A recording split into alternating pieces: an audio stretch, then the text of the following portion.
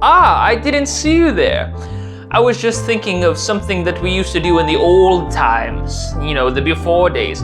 It was called travel. Now, perhaps you've heard of it. Now, when you would travel, you would get in a metal tube sitting next to complete strangers as you journey to far off lands.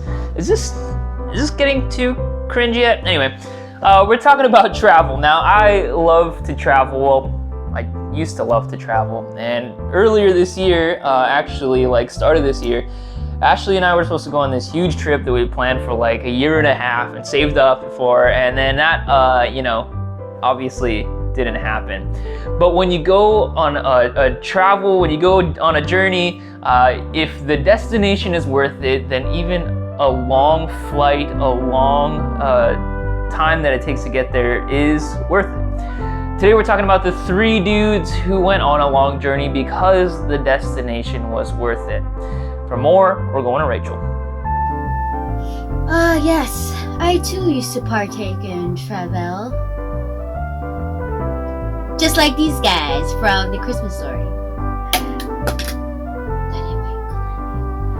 Alright, so other than the whole immaculate misconception or pure pregnancy, you guys are smart, you can Google it. One of the most confusing things about the Christmas Story is the 3 wise men, or as they're also called, the 3 Magi. So, only mentioned in Matthew's Gospel, there's a lot of tradition without actually knowing a lot about them. There's 3 dudes named Melchior, Balthazar, and Casper. You've probably seen the little statues, nativity scenes. People have decided what they look like, how they're dressed, who is bringing what, every detail. But the Bible doesn't exactly say any of that, does it? So what does the Bible actually say? Well, it says that Magi, and there's no specific number, it could have been anywhere from 2 to like 100, coming from somewhere in the east to worship Jesus. They saw his star, they knew that Mercury was in retrograde, and so they're doing all this astronomy, astrology math, and they're like, yes, of course, Jesus. So they go find Herod, and they ask where Jesus is. Herod says, well, when you find him, can you let me know so I can worship him? Actually, Herod wants to kill Jesus. Now, if you remember, everyone kept calling Jesus the king, and so Herod's like, no, I gotta be the king. I'm gonna kill this kid before he becomes a threat to the throne. Anyway, the Magi go, they find Jesus, they worship him, they give him these gifts, and they leave without telling Herod where he is.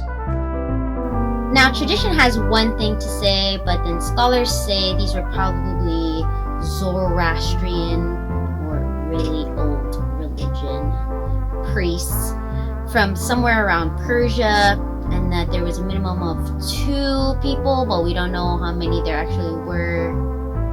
So what can we learn from these mysterious dudes? Well, a lot, actually. Well, the first thing that we can learn from these guys is that the journey is important.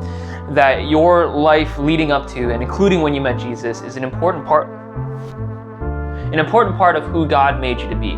See, just because your journey was longer or shorter or easier or harder than someone else's doesn't make it any less valid or any less important. Your story, often called your testimony of your life before meeting Jesus, and your life after Jesus, is an important part of who God made you to be. Man, that's nice. Feel that. Oh, I was just getting more. And change as Jesus does. The Magi were most likely going back to King Herod to tell him where Jesus was, which would have ended God's plans, obviously. But because they recognized Jesus as the King of Kings, their plans changed. And who they were changed as well. When we have a genuine encounter with Jesus, we change for the better. And this doesn't mean that we change everything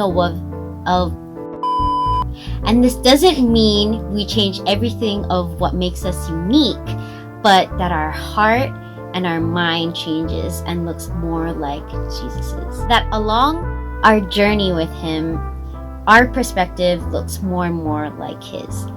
So if we walk away from meeting Jesus with the exact same mindset that we did before we met him, then we didn't really meet Jesus. That's because meeting Jesus often requires sacrifice or giving something up. Just like the wise men or the Magi left gifts with Jesus. It was because they recognized that Jesus was more important than their possessions. And, it's just like we give good gifts to the people that we care about too. Like this one. I hope it's a puppy.